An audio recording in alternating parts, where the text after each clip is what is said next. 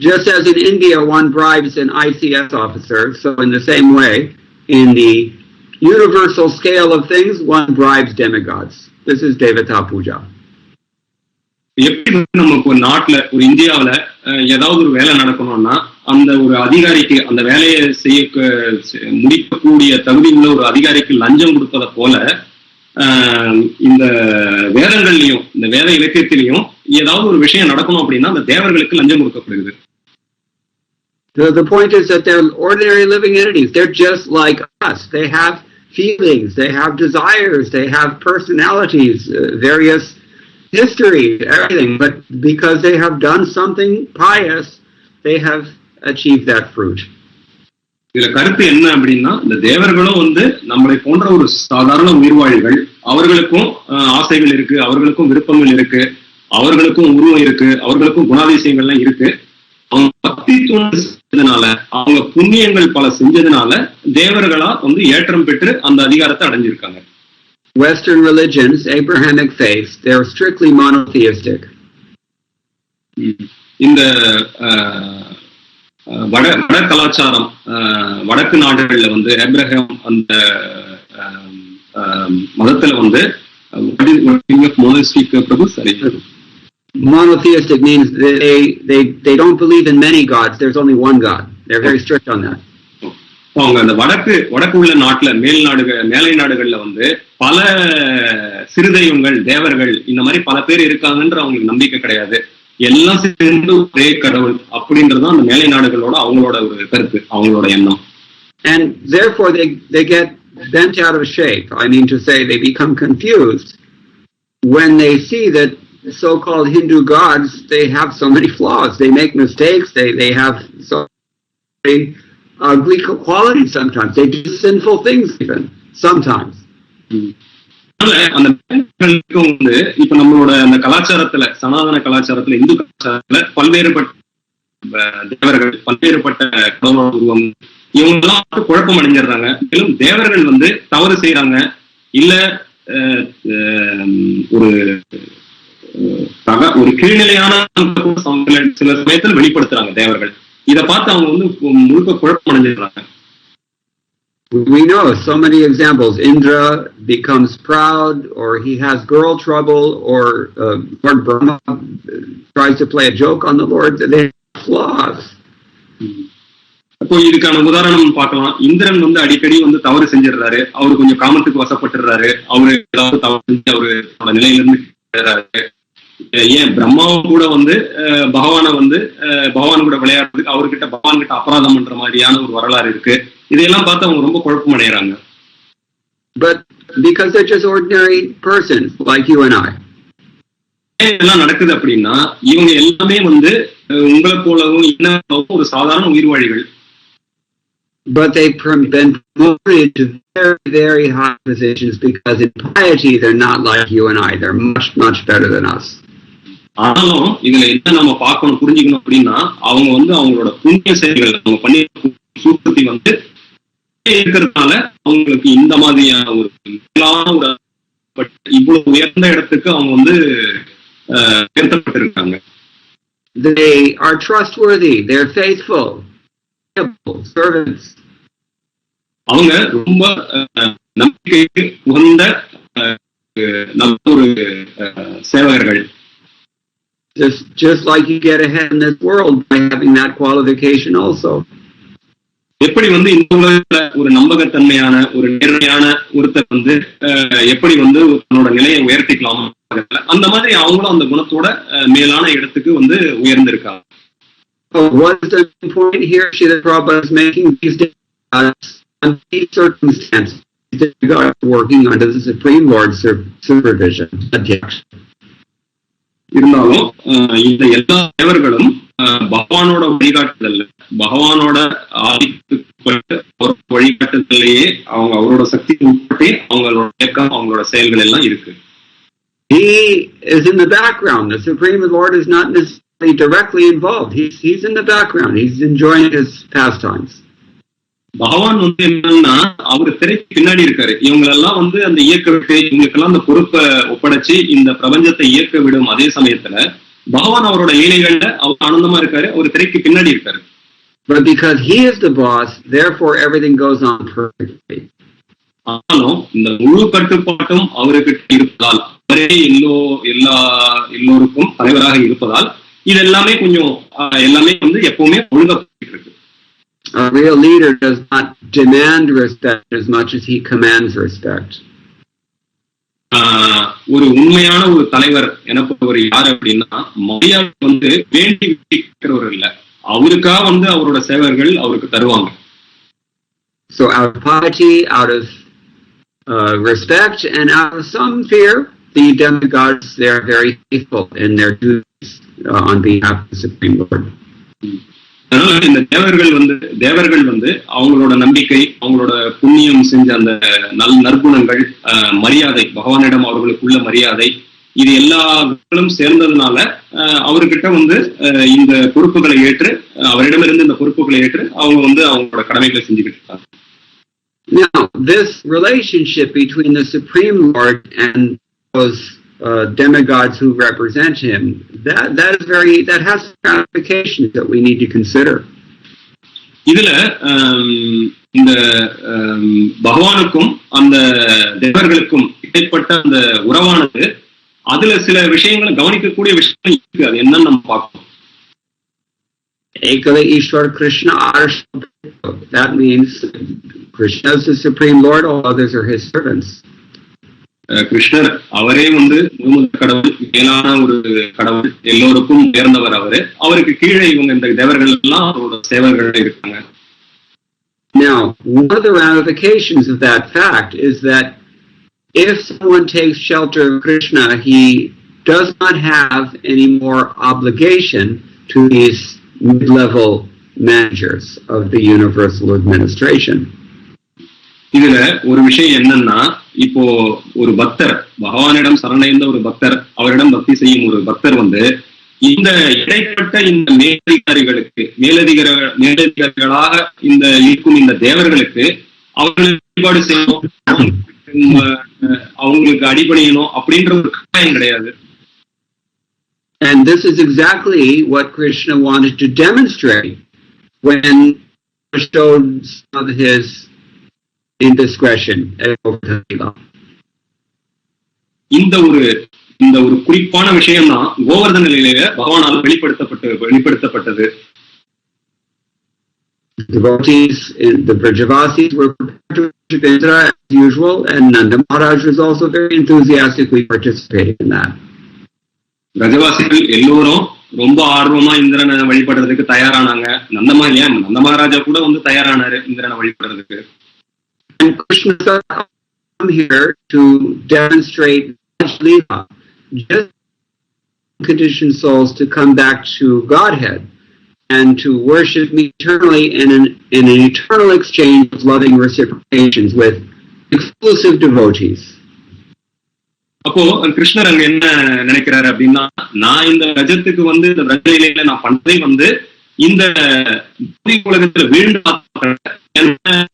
என்னிடம் என்னை நோக்கி வசீகரித்து அவர்களை எனக்குள்ள நித்தியமான அந்த உறவை புதுப்பித்து அவர்களோட நித்தியமான ஆனந்தத்தை அனுப்பிக்கணும் அப்படின்றத கொண்டு வரணும், திரும்ப பண்ணணும் அப்படின்றத அந்த நினைப்பு கொண்டு வரணும் அப்படின்றதுக்காக தான் இந்த உலகத்துக்கே வந்திருக்காரு. Given that that is the case, it doesn't look appropriate that my exclusive devotees should be worshipping my gods. இந்த மாதிரியான ஒரு நோக்கத்துக்காக இந்த உலகத்துக்கு வந்திருக்கிறப்போ அப்படி அவரோட பக்தர்கள் இந்த தேவரை போய் திரும்ப இந்திரனை போய் வழிபடுறதுன்றது வந்து சரியான ஒரு விஷயம் கிடையாது. So Krishna wanted to demonstrate how it is that his devotees are not dependent on anyone else.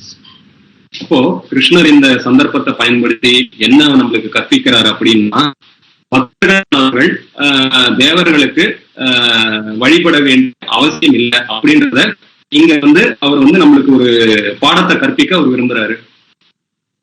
They're of course not impolite or disobedient, but they're not obliged to anyone. They don't serve anyone else. They're completely protected by Krishna.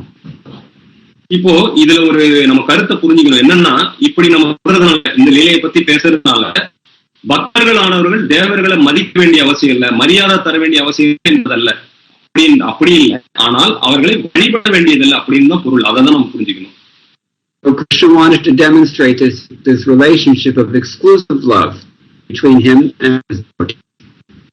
எனவே கிருஷ்ணர் இந்த சந்தர்ப்பத்துல அவருடைய அவருக்கும் இடையேயான அந்த நித்தியமான தனிப்பட்ட ஒரு அன்பு, அந்த ஒரு உறவை, அந்த உறவு தனிப்பட்ட அன்பின் அடிப்படையிலான அந்த உறவை இது பண்ணலாம், தொடர்ந்து செய்யலாம் அப்படின்றத நம்மளுக்கு காட்ட விரும்புறாரு. Krishna performed that Govardhan Lila because he was thinking, at least in my eternal Dham, with my eternal Nitya Parishads, that I should display the very highest level of Ananya Bhakti. கிருஷ்ணர் இந்த கோவர்தன் நிலையில என்ன நம்மளுக்கு பாடம் கற்பிக்கிறாரு, என்ன நம்மளுக்கு சொல்ல வர்றாரு அப்படின்னா, பக்தர்களுக்கும் உறவு ரொம்ப நிச்சயமானது, அது தூய அன்பினானது, அங்க வேற எந்த விஷயங்களுக்கு இடம் இல்லை அப்படின்றத நமக்கு ஒரு பாடமா அவர் கற்பிக்கிறாரு. And it's very important that he did that as well. அது ரொம்ப முக்கியமான, அது இந்த லீலையோட ஒரு முக்கியமான பாடம், அது முக்கியமான விஷயம். அது how else would any of us understand what is the ideal, what is seek obtain that ideal? அப்படி ஒரு செய்யல அப்படின்னா இருக்கிறதுலே பக்குவமான நிலை, பக்குவமான பக்தி அதை நம்ம எப்படி அடையிறது அப்படின்றது நமக்கு தெரியாமே போயிருக்கும். We're still struggling with the idea that there's even a God at all. நம்ம இன்னும் கடவுள்ல ஒருத்தர் இருக்காரா அப்படின்றதுலயே நம்ம இல்ல, நம்மளுக்கு அந்த our default inclination is to assume that material nature is just work automatically, it's free up for grabs, anybody can do whatever they want. These are our thoughts. நம்மளோட எண்ணம் எப்படி இருக்கு அப்படின்னா, இந்த பௌதிக இயற்கையானது தானா தன்னிச்சையா செயல்பட்டுக்கிட்டு இருக்கு, என்னாலும் செய்யலாம் அப்படின்ற ஒரு எண்ணத்திலேயே இருக்கும். Therefore, Kapila Dev has to speak madbhayat vati vatam suryastapati madbhayat ityadi, this verse. அதான் இந்த கபிலர் இந்த ஸ்லோகத்தை நம்மளுக்கு சொல்ல வேண்டிய ஒரு அவசியம் இருக்கு, உபதேசிக்க வேண்டிய ஒரு அவசியம் இருக்கு. என்னன்னா, பகவானோட அந்த பயத்தினாலதான் இந்த தேவர்கள் எல்லோருடைய அந்த செயல்களும் அந்த உபதேசிக்க வேண்டிய அவசியம் இருக்கு. Also spoken on this verse in Mumbai 1974 in the famous Teachings of Lord Kapila series of lectures on this chapter. 1974 மும்பைல நடந்த அந்த தொடர் உபன்யாசம், அதுல இந்த பதத்தையும் அவரு விளக்கியிருக்காரு. Here in the Bhagavatam, Srimad purport emphasizes our control over material nature. இந்த ஸ்லோகத்துல உள்ள விளக்க உரையில ஸ்ரீல பிரபுபாதர் பகவானோட கட்டுப்பாட்டின் கீழே இருக்கு அப்படின்றத ரொம்ப குறிப்பாக உணர்த்துகிறார், அதை விளக்குகிறார். But while explaining this verse in his Mumbai lecture, Srila Prabhupada instead emphasized fear. ஆனா இதனோட உபன்யாசம் அவர் தரும்போது மும்பைல அவர் என்ன சொல்றாரு அப்படின்னா, பயம் அப்படின்றத வலியுறுத்துறாரு. அங்க அந்த உபன்யாசம் பயம், பகவானுடைய பயம் அப்படின்றத ரொம்ப வலியுறுத்தி சொல்றாரு. Everyone is afraid of something. We're not very happy because of that. எல்லோருமே இந்த உலகத்துல எல்லோருமே ஏதோ ஒரு விஷயத்தை பத்தி ஏதோ ஒரு விஷயத்துல நம்ம பயம்ன்றது இருக்கு, நம்ம எந்த ஒரு விஷயத்தினாலையும். அதனால நம்மளுக்கு ஒரு நிம்மதின்றது இல்ல. What are we afraid of? எதை பத்தி நம்ம பயப்படுறோம்? Why are we afraid? ஏன் பயப்படுறோம்? முதல்ல that answer is in the 11th canto. இதுக்கான பதில் 11வது ஸ்கந்தம்ல இருக்கு. Bhayam dvitiyabhinaveshata syarishadapetasya viparyayo smritihi tanmayayato buddha abhajetam bhaktyayikayesham gurudevatatma. This is a very beautiful verse that everyone should memorize. இந்த ஒரு ஸ்லோகம் ஒரு அருமையான ஒரு ஸ்லோகம், எல்லோரும் இதை மனப்பாடம் செய்யணும். ஒரு ஸ்லோகம் number 11th canto. Chapter 2, text number 37. 2:37, 11வது ஸ்கந்தம் 2வது அத்தியாயம் 37வது ஸ்லோகம். I think. So what does it mean? Fear arises when we misidentify ourselves as this material body. இந்த பயம் அப்படின்றது ஏன் முதல்ல நமக்கு வருது அப்படின்னா, நம்ம நம்ம அந்த உடலோட அடையாளம் காணும் போதுதான் அந்த பயம் என்றதே தொடங்குது. Why have we come to identify with this material body? ஏன் நம்மள இந்த உடலோட அடையாளப்படுத்திக்கிறோம்? Because we've turned away from the Lord. ஏன்னா நம்ம பகவான் கிட்ட இருந்து விலகி வந்துட்டோம். John Bush said. Sorry, your voice was breaking, Prabhu. Can you come in? Deliberately we have turned away. Knowingly we have turned away from the Lord. ஏன்னா நம்ம வேண்டுமென்றே அவரிடம் இருந்து விலகி வந்திருக்கோம். And the only way we can withstand that kind of existence is if we're put into illusion. So therefore forgetfulness is there.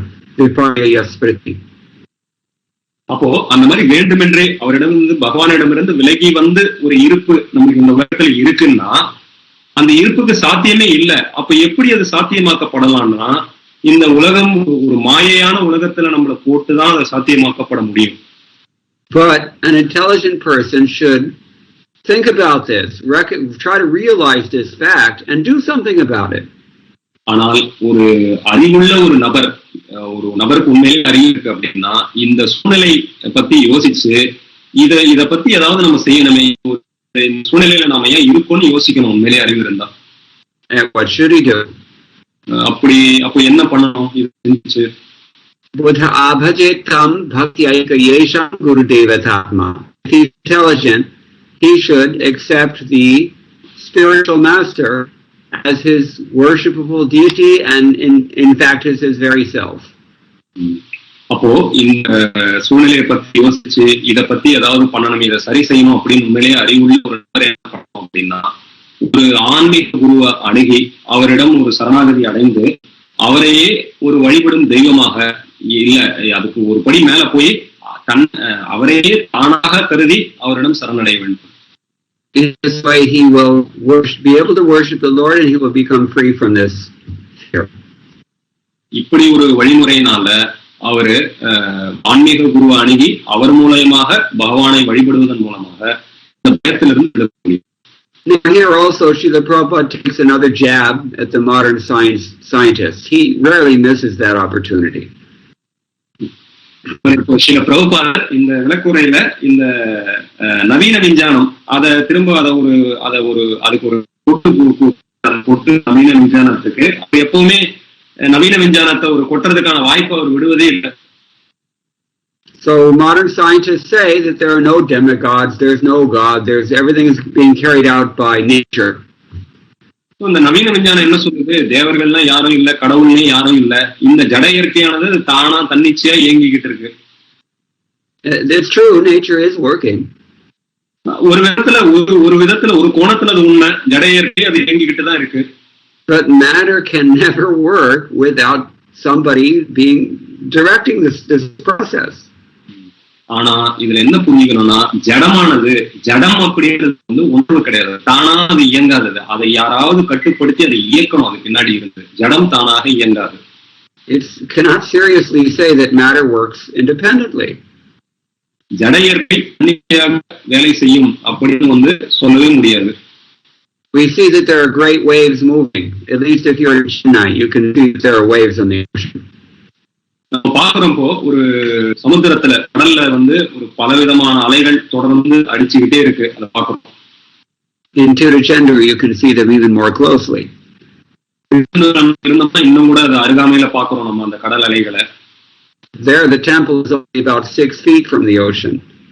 அங்க இருக்கிற ஒரு ஸ்கந்தர் கோயில் முருகர் கோயில் 6 அடியில தான் இருக்கு. கடல்ல இதுல இருந்து கடல்ல இருந்து 6 அடியிலே இருக்கு. So how are these waves moving? இந்த நதி எப்படி அடிச்சுக்கிட்டே இருக்கு தொடர்ந்து? The scientists will say the air is pushing the waves, the wind. இந்த விஞ்ஞானிகள் என்ன சொல்லுவாங்க? காற்று அடிச்சு இந்த அலைகள்லாம் எப்பவும் அடிச்சுக்கிட்டே இருக்குன்னு சொல்றாங்க. That means அப்படின்னா அது வாயு பகவான். One of the very persons mentioned in this verse. அந்த வாயு பகவானும் இந்த பதத்துல குறிப்பிட ஒரு தேவர். The scientists have to admit that nature works in a wonderful way. It is ஞானிகள் எல்லாரும் வந்து இந்த ஜட இயற்கை ஒரு அற்புதமா வேலை செஞ்சுக்கிட்டு இருக்கு அப்படின்னு ஒத்துக்கிட்டே ஆகணும். And they will admit that at least within our experience, matter doesn't move independently. Somebody always has to be in charge of moving it. அவர்கள் மேலும் நம்மளோட அனுபவத்தை கொண்டே வந்து இந்த ஜட இயற்கையானது தானாக இயங்காது அப்படின்றது ஒத்துக்கிட்டே ஆகணும். அதை இயக்கிறதுக்குன்னு யாராவது ஒரு நபர் அந்த ஜட இயற்கை பின்னாடி கண்டிப்பா இருந்தே ஆகணும்ன்றது ஒத்துக்கிட்டு தான் ஆகணும். But then they're prepared to make this foolish leap of logic to say, in the grand scheme of things, there is... அவர்கள் மடத்தனமா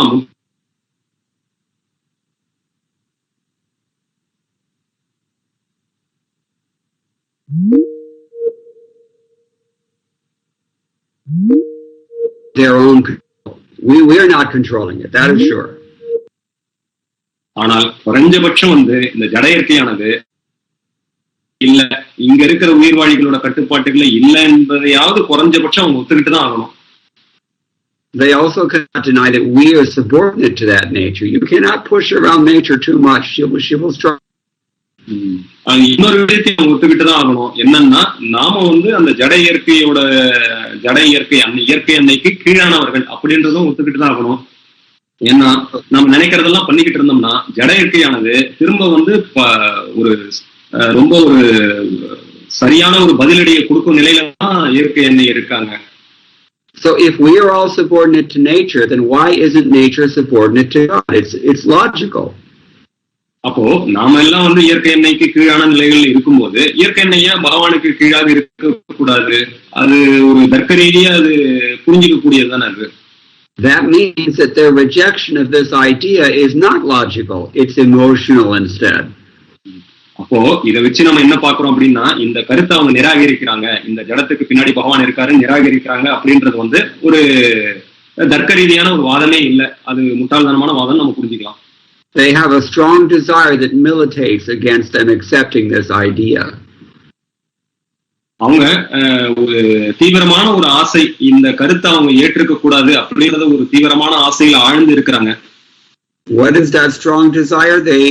They desire to exploit the Lord's energies while evading the Lord's authority. அது என்ன தீவிரமான ஆசை, அதுல என்ன தீவிரமான ஆசை, ஏன் இந்த கருத்தை அவங்க ஏற்றுக்க மாட்டேங்கிறாங்க அப்படின்னா இந்த ஜட இயற்கையை வந்து தனது இன்பத்திற்காக பகவானோட ஆதிக்கத்தை பகவானோட அதிகாரத்தை ஏற்றுக்கொள்ளாமல் தன்னோட இன்பத்தை எப்படி அதை உபயோகிக்கலாம் அப்படின்ற ஒரு ஆசையில ஆழ்ந்திருக்காங்க. Srila Prabhupada then quotes Brahma Samhita, Srishti Sthiti Pralaya Sadhana Shakti Rekha. Material nature is working like a shadow. அப்போ அதுக்கு மேல ஸ்ரீல பிரபுபாதர் அவரோட பொருளுரையில பிரம்ம சமிதையிலிருந்து ஒரு மேற்கோள் காட்டுகிறார். என்னன்னா இந்த ஜட இயற்கையானது ஒரு நிழல் போல செயல்படுகிறது.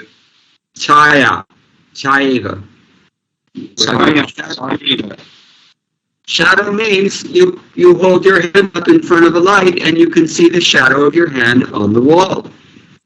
இப்போ இதுல நிழல் எப்படின்னா நம்மளுக்கு எல்லாம் தெரியும். இப்போ நம்ம ஒரு விளக்குல எதிரில போய் நம்ம ஒரு கையை நம்ம ஒரு நிறுத்த நம்ம வச்சோம்னா நிழல் வந்து நம்ம சுவர்ல நம்ம விழறத நம்ம பாக்குறோம்.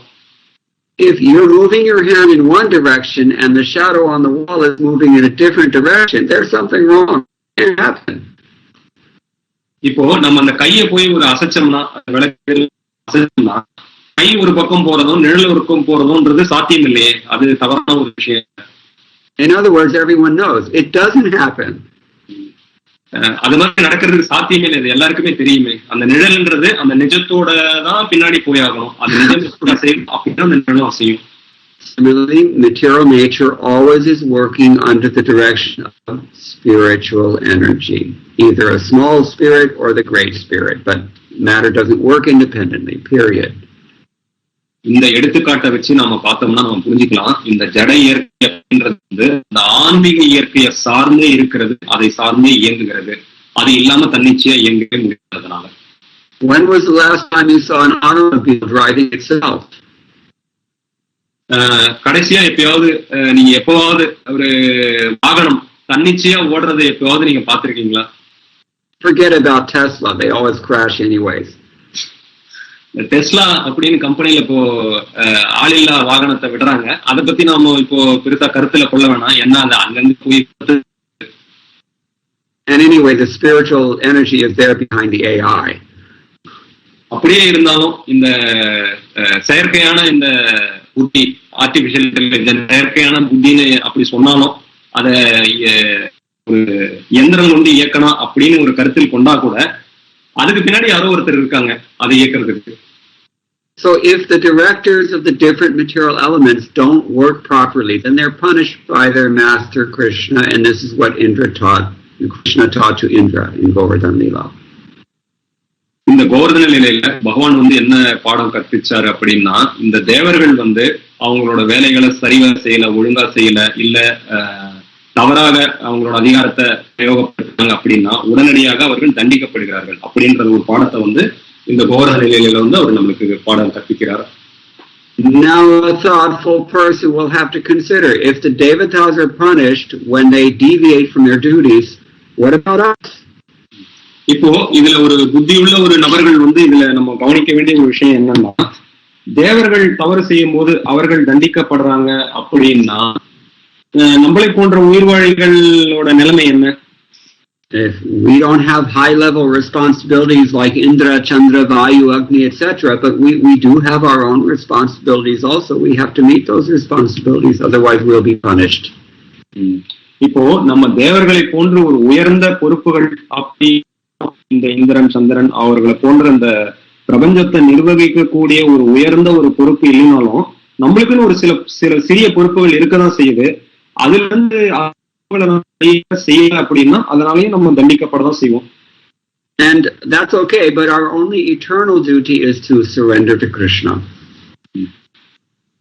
இதெல்லாம் பரவாயில்ல. ஆனா உண்மையிலே நம்ம கருத்தில் கொள்ள வேண்டியது என்னன்னா, எது எப்படி ஆயினும் நம்ம வந்து பகவானிடம் கடைசியாக சரணடைய வேண்டும். அதுவே வந்து if we simply take shelter of Krishna, then we don't have to offer sacrifices to all the different demigods. You can't do it anyway.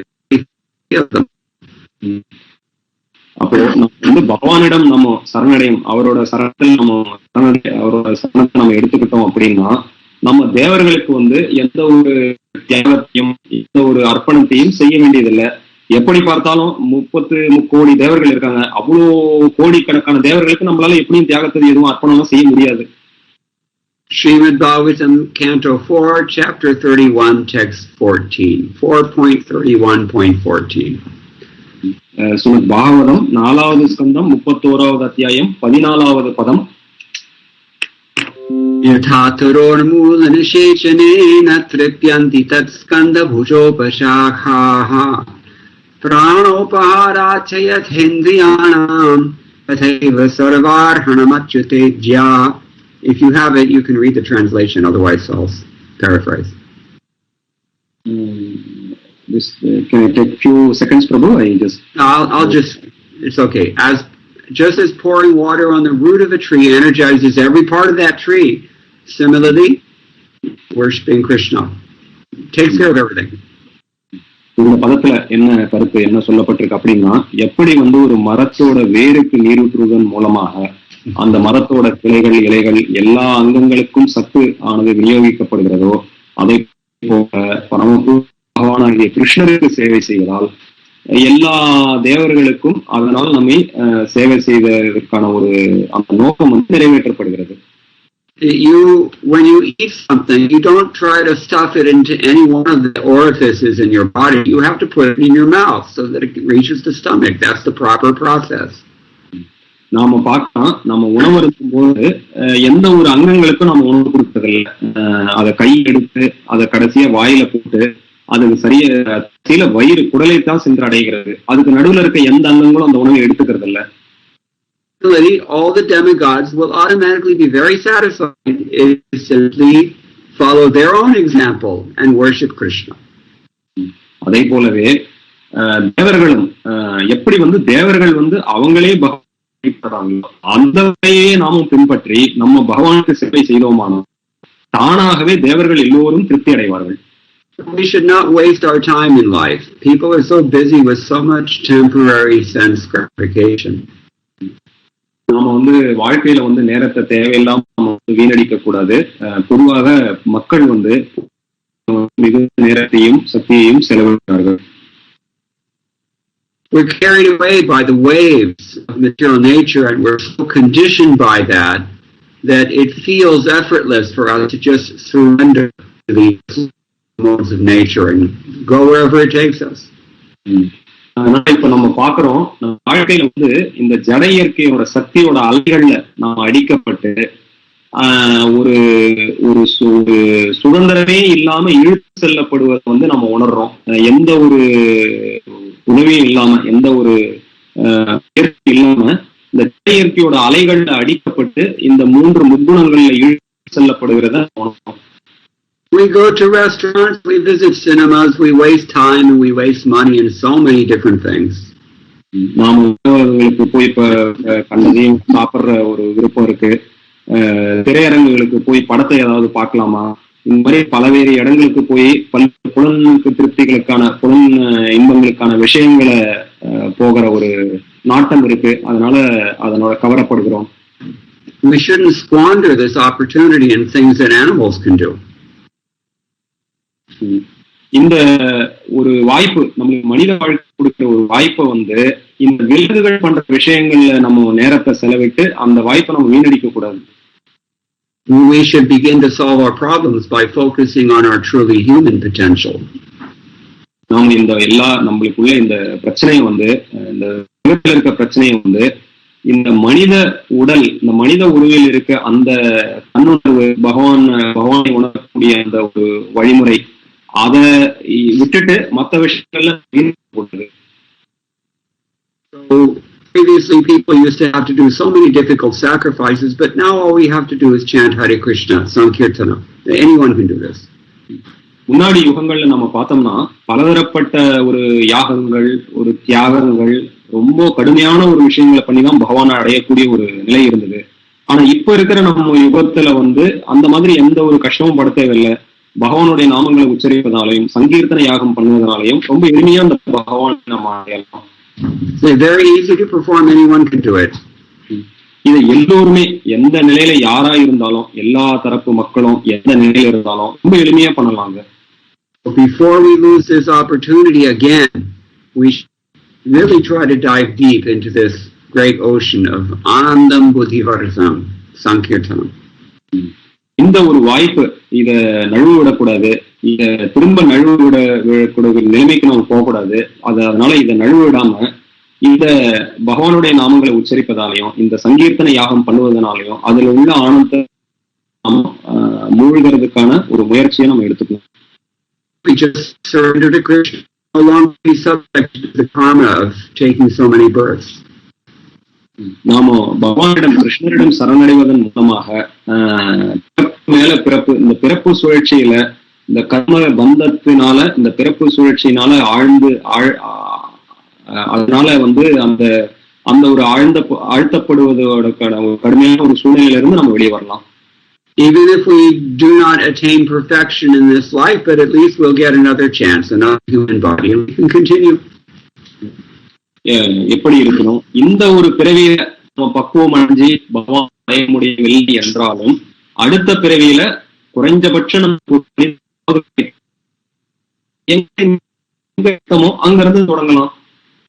But without that endeavor, then what is the use of any material achievement in this life? Because when death comes, it's all gone, and we can't bring it back. And who knows where you're going?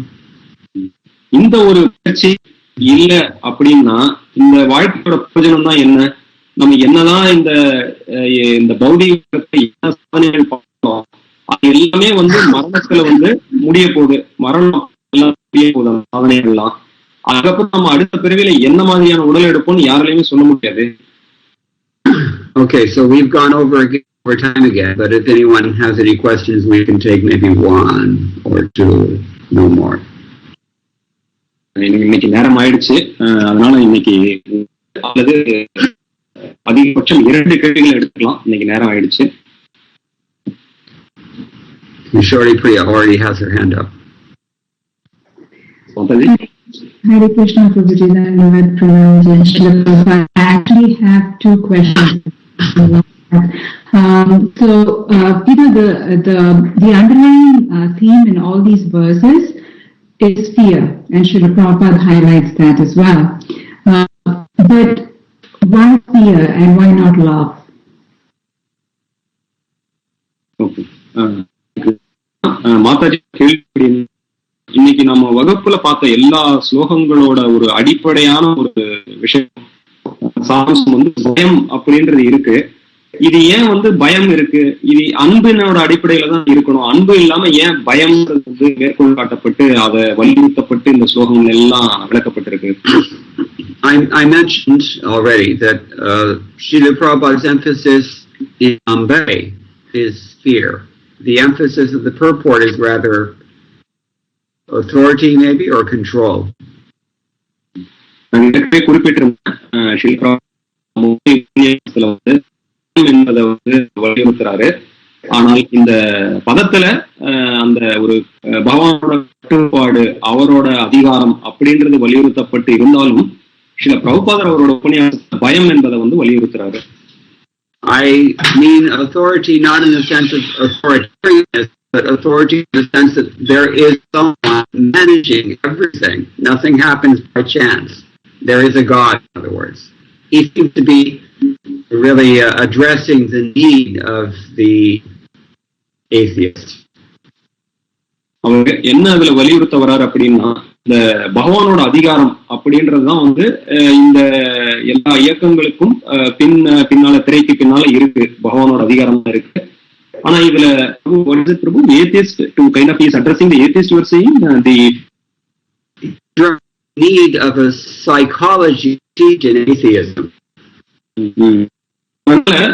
பிரபுபாதர் ஏன் பயம் அப்படின்றத வலியுறுத்துறாரு அப்படின்னா, இந்த நன்மைன்றது வந்து மக்களோட மனசுல ரொம்ப ஊறி போயிருக்கு.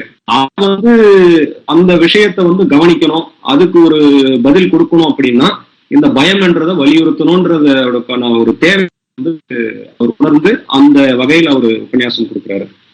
So fear is really just a subset of Srila Prabhupada's overall presentation. Sorry, Prabhu, what is the third use? Fear is, you can say fear is a subset of Srila Prabhupada's overall explanation of this verse.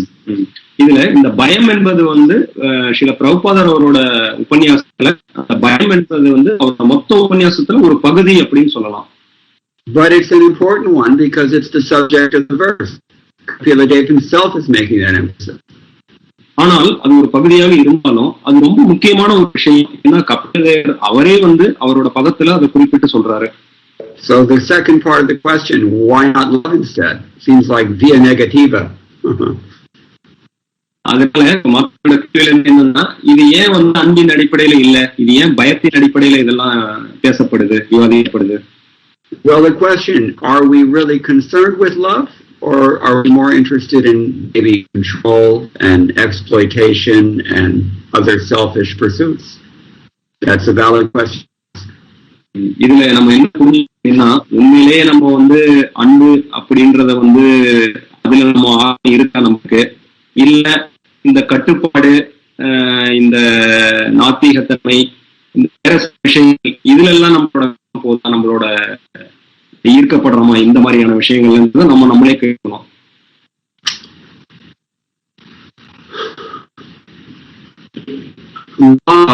I mean, an extension of this authoritarian sort of mindset is a legal framework. இந்த அதிகாரம் அப்படின்றத வந்து அதனோட தொடர்ச்சியான ஒரு வந்து ஒரு சட்ட லீகலி பிரபு யூஸ் லீகலிஸ்டிக் ஒரு சட்டம் அப்படின்றது ஒரு விஷயம் வருது. அதிகாரம்ன்றதோட ஒரு கருத்து, அதனோட தொடர்ச்சி, அதனோட பின்பகுதி, அதை தொடர்ந்து வரும் ஒரு விஷயம் என்னன்னா சட்டம். An appeal to law is only necessary when the framework of love has already failed. இந்த அன்பு அப்படின்ற ஒரு கருத்து அப்படின்றது வந்து ஒரு வெற்றி பெறல, அந்த விஷயம் இல்லை, அதுல நம்ம கவனம் இல்லை அப்படின்றப்போ அதுக்கு அடுத்தபடியா வந்து இந்த சட்டம், நீதி அப்படின்ற ஒரு விஷயத்தை நோக்கி தான் போக வேண்டிய ஒரு அவசியம் இருக்கு. every mother knows that when two children are fighting, the first thing you do is, be nice to your brother. Don't do like that. உங்களுக்கு தெரியும், நம்ம பாக்குறோம், 2 குழந்தைகள் சண்டை போட்டுட்டு இருந்தாங்கன்னா முதல்ல அவங்களோட தாய் என்ன சொல்லுவாங்க, ஏய் நீங்க 2 பேரும் சண்டை போடாதீங்க, 2 பேரும் அமைதியா இருங்க, 2 பேரும் அன்பா இருங்க அப்படின்னு சொல்றாங்க. Every mom also knows how well that approach works. எல்லா அன்னைகளுக்கும் தாய்மார்களுக்கும் தெரியும், இந்த மாதிரி சொல்றதுனால அது எந்த அளவுக்கு இந்த பசங்க கேட்டுன்றதும் உங்களுக்கு தெரியும். Even as children, we all have our little demoniac qualities. நம்மளும் சிறு வயதுல பார்த்திருக்கோம், நிறைய அசுரத்தனமான குணங்கள் இருக்கதானே செஞ்சிருக்கு. So she said, okay, you do that one more time, you know what's going to happen. இந்த மாதிரி சொல்லி பாக்குறாங்க, அன்பா இருங்க, 2 பேரும் அமைதியா கேட்கல. அப்ப அடுத்து என்ன சொல்றாங்க, ஒரு எச்சரிக்கை கொடுக்குறாங்க, சொல்றாங்க. Now here the context is இங்க இந்த பதத்துல நம்ம பேசப்பட்டிருக்க விவாதிக்க விஷயங்களோட மைய கருத்து தேவர்கள். Quite often the devatas are not pure devotees. They're sakama bhaktas. They have mixed desires, mixed motives. இந்த தேவர்கள் எனப்படுபவர்கள் தூய பக்தர்கள் அல்லர். அவங்க தூய பக்தர்கள் கிடையாது. அவங்க சகாம பக்தர்கள் என்று அழைக்கப்படுகிறாங்க. அப்படின்னா ஒரு கலப்படம் இருக்கு, தூய பக்தி கிடையாது அவங்க கிட்ட. And for that reason, Krishna sometimes finds it more persuasive to remind him of the position, as he did with Indra, or later on Brahma and others. அதனால பகவான் கிருஷ்ணர் என்ன நடக்குது, இந்த மாதிரி அவங்க கலப்பட பக்தர்களாக இருக்கிறதுனால அவர் அடிக்கடி அவங்களுக்கு ஒரு சில விஷயங்களை நினைவு கூட்ட வேண்டிய ஒரு சூழ்நிலையில அவர் இருக்காரு. அந்த இந்திரன் பார்த்தோம், அதுக்கப்புறம் பிரம்மாவோட ஒரு லீலைகளும் இருக்க ஒரு லீலைகளும். What's his choice really? This is not his preference, but this is what he's dealing with. He has to respond. அதனால அவருக்கு இதுதான் இப்படிதான் கண்டிச்சுதான் ஒரு எல்லாரையும் திருத்தம் அப்படின்ற அவரோட விருப்பம். ஆனா அவருக்கு எந்த வாய்ப்பும் இல்லையே. Now another thing is this, consider the metaphor. This whole manifestation is like a prison house. A prison is not a very prominent part of any city, but there's always a prison there somewhere. இல்ல இன்னொரு ஓமானத்தை நீங்க எடுக்கலாம். என்னன்னா இந்த உலகமே ஒரு சிறைச்சாலை. சிறைச்சாலைன்றது ஒரு நகரத்துல ஒரு பகுதி தான், அது மொத்த நகரமே கிடையாது, ஒரு பகுதி தான். அதனால இந்த உலகமே ஒரு சிறைச்சாலையா கருதப்படுது. அப்போ அங்க கண்டிப்பு அப்படின்ற ஒரு விஷயம், அந்த விஷயத்துலதானே அங்க நடக்கிற விஷயங்கள்லாம் நிர்வகிக்க முடியும். Most of us are not thinking about the prisons in our cities or the prisoners.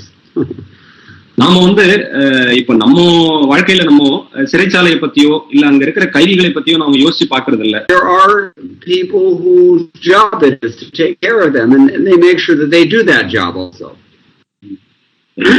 நம்ம நினைக்கிறது கூட விட்டுருங்க, இந்த நகரத்தை இந்த நாடுகளை நகரத்தை நிர்வகிக்கக்கூடிய ஒரு அதிகாரத்தில் இருக்கவங்க கூட எப்பவுமே அந்த சிறைச்சாலையோ அந்த சிறையில இருக்க கைதிகளை பத்தியோ நினைச்சுக்கிட்டு இருக்கிறது இல்ல. ஆனா அந்த சிறையை நிர்வகிக்கக்கூடிய பொறுப்புல ஒரு சில பேர் இருக்காங்க. அவங்கள பார்த்துக்க வேண்டிய ஒரு பொறுப்புல இந்த மேல இருக்கிற மேலதிகாரிகளோட பொறுப்பு இருக்கு. Like politics, prisons are a necessary evil. இது அரசியலை போன்றே சிறைச்சாலை அப்படின்றதும் ஒரு தேவையான ஒரு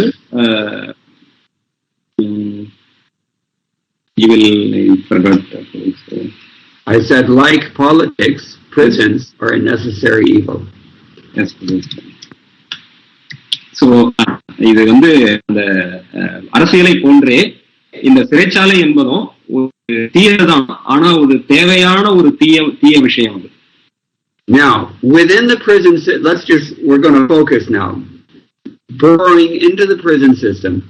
In any given prison, you have prisoners who are fairly well behaved, and you have prisoners who are really dangerous. இப்போ இந்த சிறைச்சாலை நம்ம எடுத்துப்போமே, அதுல நம்ம கவனத்தை செலுத்தி நம்ம பார்த்தோம் அப்படின்னா எல்லா கைதிகளும் ஒரே மாதிரி இல்லைல்ல. அந்த சிறைச்சாலைக்குள்ளேயே நன்னடத்தை உள்ள கைதிகளும் இருப்பாங்க, ரொம்ப பயங்கரமான ஒரு ஆபத்தான கைதிகளும், மற்றவங்களை எந்த எதவனாலும் மற்றவங்களை பண்ணக்கூடிய ஒரு பயங்கரமான ஆபத்து உண்டு பண்ணக்கூடிய கைதிகளும் இருப்பாங்க. And so the prisoners who are very cooperative and they don't fight with other prisoners and they do their job responsibly, they're the ones who get the facility to, maybe work outside or to at least visit, leave the prison once in a while, etc., etc. இதுல அந்த நன்னடத்தை உள்ள கைதிகள் அவங்க அவங்களுக்கு சிறிதளவு சுதந்திரம் அளிக்கப்படுது. அவங்க கொஞ்சம் சிறைச்சாலைக்கு வெளியில கொஞ்சம் வேலை செய்யலாம், இல்ல அவங்களோட உறவினர்களையோ வேற யாரையோ அவங்க அடிக்கடி சந்திக்கலாம், இல்ல சிறைச்சாலையில இருந்து ஒரு ஒரு விடுப்பு எடுத்து கூட கொஞ்ச நாள் வெளியே வரலாம். அந்த மாதிரியான ஒரு சலுகைகள் அவங்களுக்கு வழங்கப்படுது. These are like the demigods of the prison. அந்த மாதிரி கைதிகள் தான் தேவர்கள். And even if they're not so civil that they are allowed to step outside the prison walls, within the prison they're given more facility. Maybe they're given more responsibility over the other prisoners also. அதனால அந்த சிறையில இருக்க நன்னடத்தை உள்ள அந்த கைதிகளை போன்றுதான் அந்த தேவர்களும். அதனால என்ன ஆகுது, அவங்க முழுவதுமா சிறையில இருந்து விடுதலை ஆகக்கூடிய ஒரு நிலைக்கு வரவில்லை என்றாலும் அந்த சூழ்நிலைக்கு வரலனா உள்ளேயே அவங்களுக்கு சிறிதளவு சுதந்திரம் வழங்கப்படுது. இன்னொரு மற்ற சிறைகளை நிர்வகிக்கக்கூடிய ஒரு சில பொறுப்புகள் கூட அவங்களுக்கு கொடுக்கப்படலாம். And they may even be helping to administrate the prison. அவங்க இந்த சிறைச்சாலையே நிர்வகிக்கக்கூடிய அந்த நிர்வாகம் செய்யக்கூடிய ஒரு சில பொறுப்புகள் கூட அவங்களுக்கு கொடுக்கப்படலாம். But they're prisoners. எப்படி இருப்பினும் அவங்களும் கைதிகள் தான். And as soon as they step out of line, that facility is being removed. They may be thrown back into solitary. அவங்களுக்கு அந்த பொறுப்பை கொடுத்திருக்கிற அந்த நிலையில அவங்க ஏதாவது அதை தவறாக உபயோகிக்கக்கூடிய ஒரு பட்சத்துல உடனடியா அவங்களுக்கு அந்த அதிகாரம் நீக்கப்படும். திரும்ப அவங்க மற்ற கைதிகளை போல கடுமையான ஒரு அறைக்கு கூட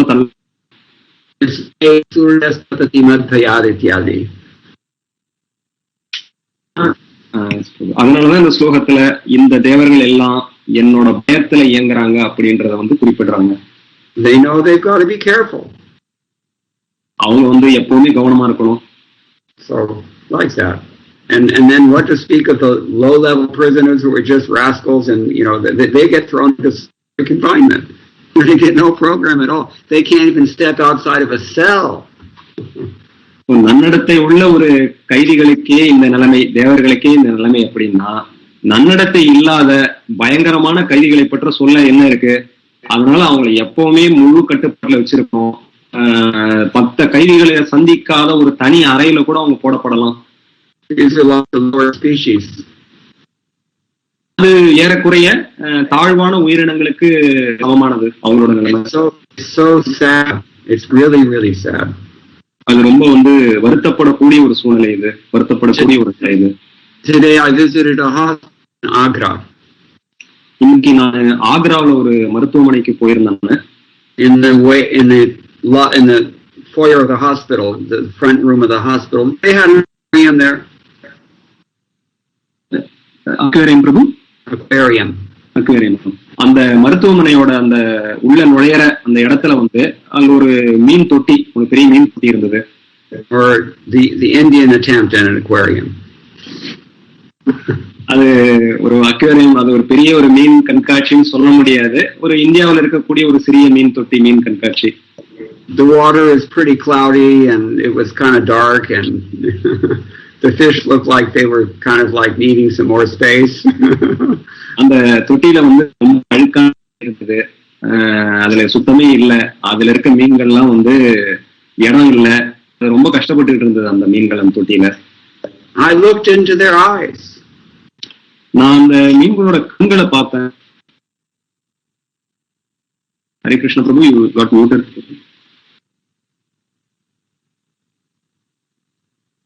Prabhu, you are still muted, Prabhu. Yes, can you hear me now? I looked at them and they also looked at me. நான் அந்த மீன்களை பார்த்தனோட கண்ணுக்கு கண்ண நேரா அதை பார்த்தேன். அந்த மீன்களே என்ன பார்த்தது? Nothing could be done. என்ன செய்ய முடியும்? They're locked into that paradigm for how long? in a filthy aquarium full of sick people in Agra. இந்த ஒரு அழுக்கான ஒரு தொட்டியில இந்த ஒரு கடுமையான ஒரு வைக்கப்பட்டிருக்கு. அது எவ்வளவு நாள் அந்த நிலையில இருக்குன்னு தெரியலையே. அது இப்படியே அது அவரோட வாழ்க்கை இருக்கு. No possibility of really getting out of that prison cell. அப்போ இதுல இருந்து அந்த அந்த மீன்கள் வெளியே வர முடியாது. அது அதுல சிக்கிக்கிட்டு இருக்கு. I suppose I could have poured What is it, Prabhu? Charanam? Namratam. Charanamratam? நான் நினைச்சேன் அந்த தொட்டியை ஏதாவது தீர்த்த தெளிக்காம கூட நினைச்சேன். இன்னைக்கு அதோட சூழ்நிலையை பிரயோகமான சூழ்நிலையை பார்த்தேன். Even if I tried that, then they might have sent me to prison. அது மாதிரி நான் எதனா ஒரு முயற்சி எடுத்தேன்னா என்ன அவங்க ஏதாவது பண்ணலாம், என்னோட காமிச்சிடலாம். Certainly it wouldn't be the best preaching, I think. இது ஒரு பிரச்சாரத்துக்கு நல்ல விஷயம் கிடையாது, நல்ல வழி கிடையாது. So the point is that before we end up like that, because nobody knows where we're going, we don't even know what we've done, we don't even know what's sinful. Before we lose the opportunity, we have to take it a little seriously. அதனால இந்த மாதிரியான ஒரு கடுமையான சூழ்நிலைக்கு முன்னாடி இப்ப இருக்கிற நம்மளுக்கான இந்த வாழ்வு, இந்த மனித உடல் ஒரு வாய்ப்பை நம்ம முறையா பயன்படுத்திக்கிட்டு அதுல இருந்து நம்ம இந்த சூழ்நிலையை பார்க்கணும். நம்ம என்னென்ன பாவம் செஞ்சிருக்கோம் அப்படின்னு நம்மளுக்கு தெரியாது. சொல்ல போனா ஒரு படி மேல பாவம் எது புண்ணியம் எதுன்னு நம்மளுக்கு தெளிவா தெரியாது. And that means, yes, there's a God, yes, he's Krishna, and yes, I have to beg. அதனால இதனோட பொருள் என்னன்னா, கடவுள் ஒருத்தர் இருக்காரு, ஒரு கிருஷ்ணர், நம்ம எல்லாம் அவர்களோட சேவர்கள், நம்ம பக்தர்கள். அப்போ அவர் கூட நம்ம வேண்டி மன்றாடி அவர்கிட்ட வந்து மன்றாடணும், சரணடையணும். And even that's not enough. I also have to serve his servant. அத பண்ணா மட்டும் கூட அது போதாது. அவருக்கு மட்டுமல்ல, அவருடைய பக்தர்களுக்கு நம்ம சேவை செய்யணும். How are we going to muster the determination to do this in our present state? எப்படி வந்து நம்ம இதை செய்யணும் அப்படின்ற ஒரு உறுதியை எப்படி நம்ம அந்த உறுதியை இன்னும் நம்ம வளர்த்துக்கல? Stay connected with pure devotees and we chant Hare Krishna, Krishna Krishna, Hare Hare, Hare Rama, Rama Rama, Hare Hare. அப்போ நம்ம இந்த உறுதியை எப்படி நம்ம வளர்த்துக்கலாம் அப்படின்னா, தொடர்ந்து நம்ம பக்தர்கள், தூய பக்தர்கள் சங்கத்துல நம்ம இருக்கணும், தொடர்ந்து நம்ம நாம உச்சாரணம் செய்யணும். So the time is it's too late now, so I think we have to stop now. I hope that's okay. Yes, I had another question. I'll ask in the next class. Okay, so then thank you very much. All glories to Srila Prabhupada. Hare Krishna.